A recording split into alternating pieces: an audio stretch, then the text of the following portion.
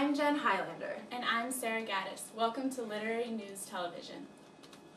Let's begin with a brief documentary on Alice Walker.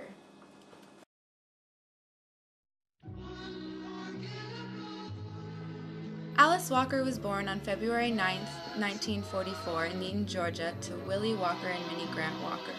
In 1961, she went to Spelman College in Atlanta and soon joined the Civil Rights Movement.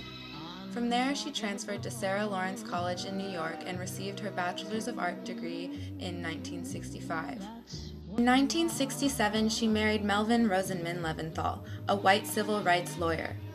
During her marriage to Leventhal, she published her first novel, as well as many poems and short stories. In 1973, Everyday Use was published in the book titled In Love and Trouble: Stories of Black Women. By 1977, she had divorced Leventhal and moved to California. She published her most famous novel, The Color Purple, in 1982, and a year later received a Pulitzer Prize and National Book Award. Alice Walker continues to write and practice activism for social and political progress in the United States.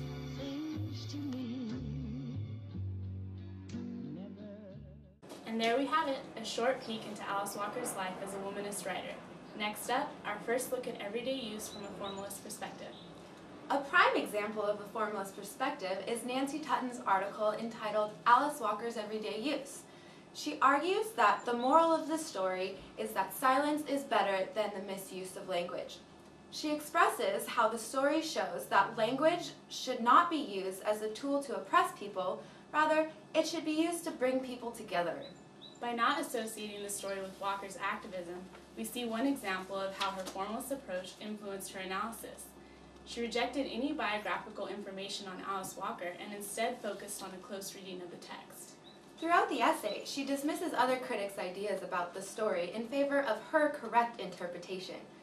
This is also an example of her theoretical approach as a formalist, because she resolves the ambiguity in understanding both Mama and Maggie's characterization. The last example of Tutton's formalist approach is when she explains Walker's use of tense. She gives an analysis of how the text slowly changes from present to past tense and how it represents Mama's growth from the oppressive language forced on her by Dee to silent actions that empower her and bring her together with Maggie. That was very formal.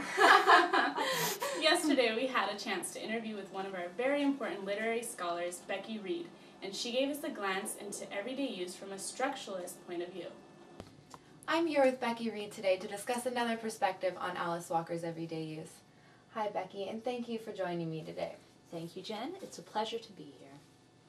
So you're here to talk about Susan Farrell's article, Fight versus Flight, a reevaluation of Dee in Alice Walker's everyday use. Yes. Well, Farrell begins her article from a structuralist point of view. The language used is integral to an understanding of the story. The character of Mama is the narrator of everyday use. Because of this, it is Mama's language that gives the story its structure. Farrell points out that the perceptions are filtered through her mind and her views of her two daughters are not to be accepted uncritically. And how does this understanding of language play out in Walker's story?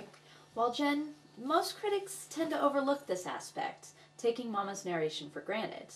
And as a result, they side with Mama and Maggie rather than Dee on the issues of heritage and learning that are presented in the story.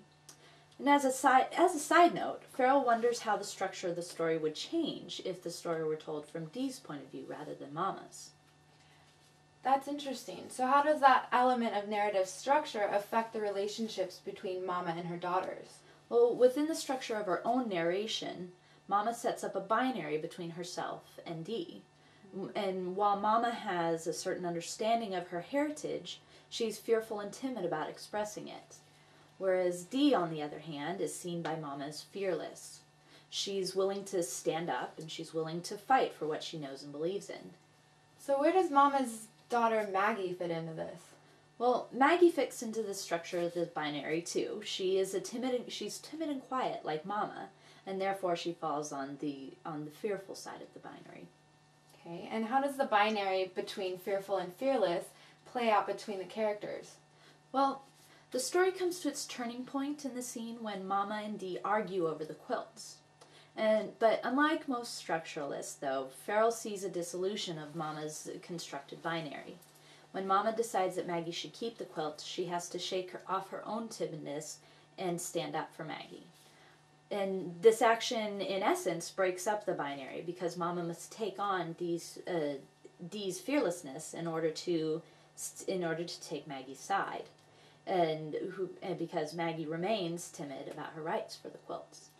Well, thank you again, Becky, for sharing your thoughts today on Susan Farrell's discussion of everyday use.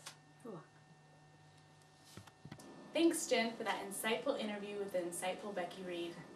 That's insightfully redundant. Okay, now to John Berryman for the weather of feminism.